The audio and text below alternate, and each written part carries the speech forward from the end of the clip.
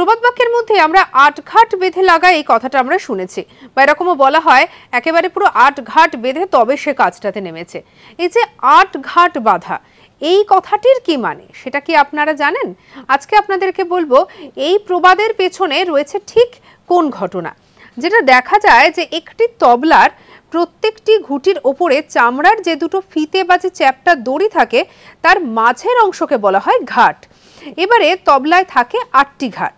তবলা বাজানোর পূর্বে এই যে গুটির ওপরে হাতুড়ি দিয়ে ঠুকে ঠুকে, অর্থাৎ তবলার যে বিশেষ ধরনের হাতুড়ি, সেই হাতুড়ি দিয়ে ঠুকে ঠুকে খুব যত্ন সহকারে সেটিকে যাচাই করে বেঁধে নিতে হয়, যাতে তবলা বাজানোর সময় তাল, লয়, ছন্দ সবকিছু যাতে একদম ঠিকঠাক লাগে, নইলে তবলার আওয়াজ তো ঠিকঠাকভাবে বেরোবে না।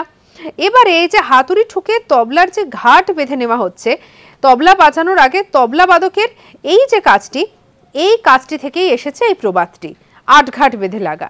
অর্থাৎ তবলার যে ৮টি ঘাট, সেই ঘাটকে ঠুকে ঠুকে যে ঠিক করা, সেইটাকে বলা হচ্ছে ৮ ঘাট বেঁধে লাগা। অর্থাৎ প্রয়োজনীয় যে কোনো কাজের ক্ষেত্রে প্রস্তুতি নিয়ে তারপর কাজে নামা।